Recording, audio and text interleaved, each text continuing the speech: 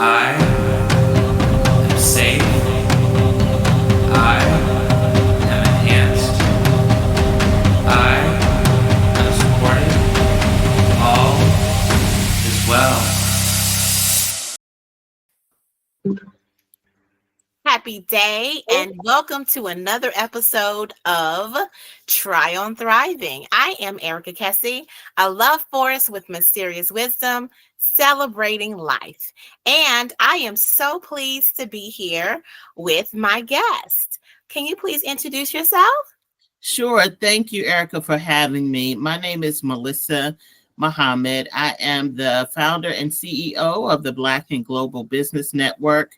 I love to say that we're boots on the ground around the world to help Black-owned businesses thrive in other countries, in other markets. So we're international tax attorneys, accountants, CPAs, and we help Black-owned businesses to grow and scale their businesses around the world. And you can reach us anytime. You can go to our website at www.blackandglobalbusinessnetwork.com, and you can also email us at 4 us at blackandglobalbusinessnetwork.com. Wonderful. Wow. Thank you so much for giving us introduction. I cannot wait to learn more about your business. And because during this time that we have right now, it may be something that people need to be considering regarding being global. So, yes, this is so good. I'm so excited to have you, but I'm actually even more excited that you've made it here to this Try on Thriving, because you are an example of thriving. So let's talk about that. A part of coming here is I ask the CEOs to complete a Thrive plan. It is a self-awareness, reflection, and assessment that also has an operating system attached to it to bring someone from surviving, being in conflict, into thriving. So how was that experience for you? So initially, I didn't really understand the tool, the questions, and I think because some of the terminology was trauma and conflict, and just the way that I live my life, I typically don't find myself in a lot of trauma and a lot of conflict. That's not to say I don't get angry or I don't get upset, but I travel with my own atmosphere, meaning, I just don't let people turn my apple cart upside down. And I always tell my children, you never be the thermometer in any atmosphere, because the wind can blow and change how you feel. But be the thermostat in your environment. You set the temperature. You control your environment. Erica, I've been married for 23? I'm losing track at this point, but something like 23 years. And I have a wonderful husband. I have 4 wonderful children, younger children. I'm a late in life mom, and I can't ride emotional roller coasters. It's too many people in this house to ride those emotional roller coasters. So I do the same in business. I just, things happen, in my mind, things always work for my favor. That's just how I choose to see life. So, and I just refuse to be one of those overwhelmed, stressed out, women or wife or mother. So I on your list, when you say what's the first thing you do, I fight through everything, so in that way, if a challenge comes up, I just solve it. It's just what I do. Okay, yes, that's what you do. The first thing is you fight. So let's talk about fighting. Is that fighting, in the fighting, are you neglecting yourself in any way? So, like, are you still doing all the things that you need to do for yourself when you're in the fighting? Sometimes it just depends on what it is. Like I'll list my strengths and I'll list my weaknesses. One, I'm very aware of what they are. And I do personal development is really important to me. One of the greatest things for me is peace. I have to have peace. I cannot live in an environment. I can't work in chaos. Now I can walk into an unstructured situation and structure it, but like I have to have peace. That is, I feel I have a right to it. So most of the time I order my environments to be peaceful. So if I have a conflict, sometimes I don't want to deal with it. Sometimes I try to calendar it. I don't want to be bothered with it, and so, but still I have to fight through and do it at the end of the day, because I spend more time thinking about doing it than what it would have took for me to get through it. Where I neglect myself is in terms of my self-care routine. Now that I has been a weakness my whole life, So I mean, and when I say I'm talking about consistently working out, I'll start, I'll start and stop, start and stop. That's my downfall. And I have a young baby now. She's 4 months. Yeah, I got a baby. She's 4 months old. Yeah. And so having a baby at this stage in life, it was not something that I expected, but oh my goodness, is she joyful. I mean, with all of my children, I love them. I just don't remember them. Be bad to say. I was happy with all of them. No, Erica, I was happy, but I don't know. Maybe I'm just in an extremely peaceful place in life because she's just such a joy. And my husband and I, even though we weren't expecting her, we just like, how can a baby bring this much joy, at this stage in life? So, but what I did differently this time was I didn't try to push through and work out. I didn't try. The old me would have been trying to, work out and do this and do that. I just been chilling for the past 4 months, to be honest with you. I just didn't go through my old typical self. So one of my friends texted me today. She's like, oh, my trainer's coming to my house today.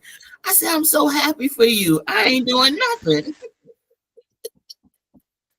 I'm enjoying my child right now. And I'll get back to it. But so that's where my it's better in the sense that I'm just not, I don't know to be honest, Erica, I'm just right now enjoying my baby. So I don't know I know that's good, but I'm not working out. So that part is not so good. Okay. Thank you so much for sharing that. I have a couple questions about what you said earlier. So it sounds like you're a get it done type of person. Yes, ma'am. Okay. And I definitely identify with you on that. It will sit in my mind. If I don't mark that sucker off, this is how I am. For example, I got one of the ladies who came to the podcast asked me to do a testimonial for her. I got it at 4:00 this morning when I looked at my phone, and I right then and there did it. Okay, and send it back to her. And because why wait? Just go and get it done, or I'm gonna forget to do it later. Okay, like I might as well.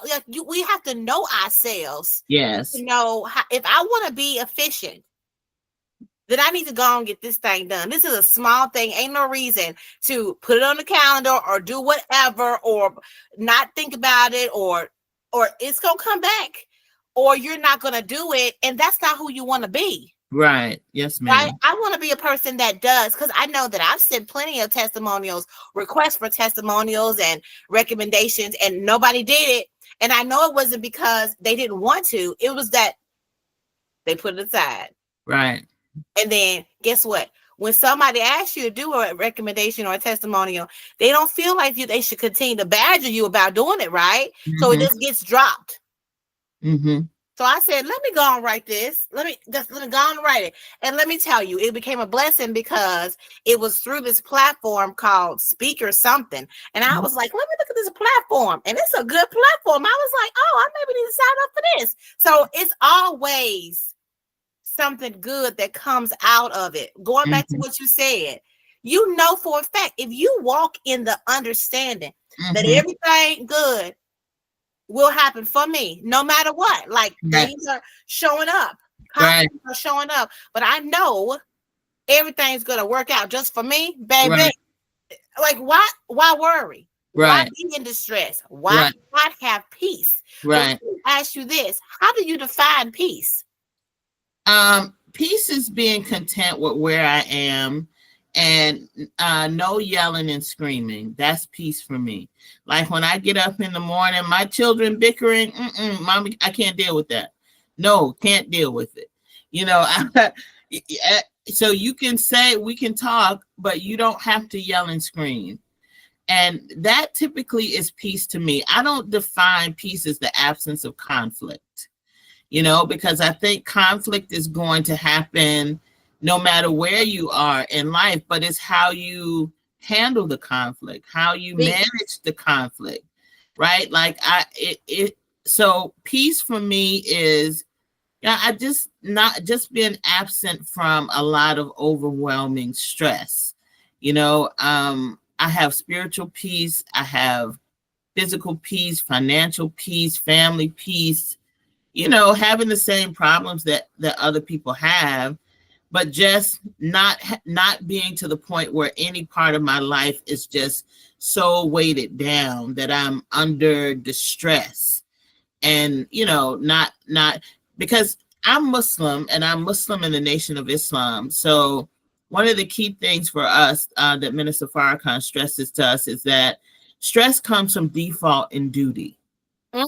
And when you have default and duty, this is where the stress starts to pile up. And I know I don't like that feeling. So I'll share with you, my husband and I previously we were diplomats living in Europe.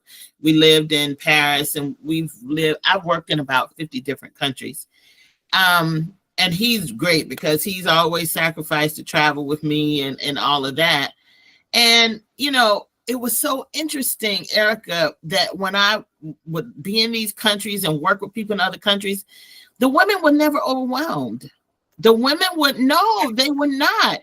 Let me tell you, it was not until I moved to Europe and I was able to look back at American women to say, oh my goodness, American women are so stressed. They're overwhelmed. They have so much going on. Why are these women in this country not stressed? I lived in Tokyo, I lived in Paris. So no matter where I was, the women weren't stressed to the degree that American women. So I decided I did not want to be that stressed out woman. I didn't want to be that American stressed out woman. So when I came back, we moved back to America, I just decided that my mindset was just going to be very different. And I just was not going to be absent of peace. And they just seemed like very peaceful women. They all were largely married. They took care of themselves, their husbands, their children. They worked, but all of them had help. So, I just decided. Wait a minute. Right. You just said something. Yeah. They all had help. Yeah. That means they all had to ask for help. And one thing about American women, we're going to shoulder it all. Yeah. Right? Yep. We're not going to ask for no help, no resources, no collection, no collaborations. We just out here by ourselves because we're supposed to be so independent. Yeah. But other countries understand how to be interdependent. Yes. And collectivist. Yeah, that's why I say I am a recovering independent woman striving hard for interdependence. That's who I am. I'm gonna tell you, the women in the other countries, I was always the one that did not hire domestic help. I didn't have a maid. I didn't have anybody to help me out. I don't know. It was just the American mindset was you do it all by yourself. And that's the badge of honor, being that woman that could carry it all. But listen, I can remember being in meetings like in Germany and, other places in the world. And the women would talk about, I have a maid, or I have a cook, or I have somebody to help me. I was in South Africa one year, and Erica, I tell you, the driver who picked me up. Now, he's a taxi cab driver. And he said, listen to what he said to me. This is what changed the game. So let me take a step back. All these other women that I had met in other parts of the world that said, oh, you need to have help. And even I'm living in Paris, I still don't have help. It's easier, it's cheaper there. You know, it's more expensive in America. So that was my excuse. Oh, it was so expensive here. But there, it was so inexpensive. I still didn't do it. My American mind. But I went to South Africa, and the taxi cab driver picked me up. And he said, you know, the thing I notice about American people is that they are so selfish. They will not even hire a maid to help them out. They would be so selfish to keep all the money to themselves and go through all the stress, and they won't even think about giving somebody else a job and helping somebody else out. And I said to him, I said, you have a maid? He said, I'm a taxi cab driver. I have maids. The maids have maids. I said, well, you know, I said, we don't think of it as being selfish, you know, because we were the maids. We were the people who helped. So I thought, you know, I was oppressing somebody. But he helped me understand. And I didn't listen till he said it, that I was in Africa. When he said it, I was like, okay, Melissa, you know, get over yourself and get some help. So you got a maid now? Yes, definitely. So I hire a maid company. Oh, yeah. Since I came back to America, I haven't missed a beat. Oh, yeah, definitely so. I'm always going to hire someone to help me to do that. Yes. So I have to tell you a cute story about, so this kind of goes back into being a COO. That's one of the issues that we have. We have all these people who are solopreneurs and they advocate for people to be solopreneurs. I say you need to kill that. You need to have support. It doesn't make any sense because I'm a therapeutic COO. I come in as the second in command. Basically, I am parenting that business with you. We're supposed to work together. We're supposed to create decisions together because the CEO usually sometimes are stressed out. They need somebody who's going to bring their visionary, and they need somebody to bring it down to earth, map it out, and then delegate to the other people. Well, I'm very good at that. I've been doing it all my life because it started off with my mother, making that be something that I do.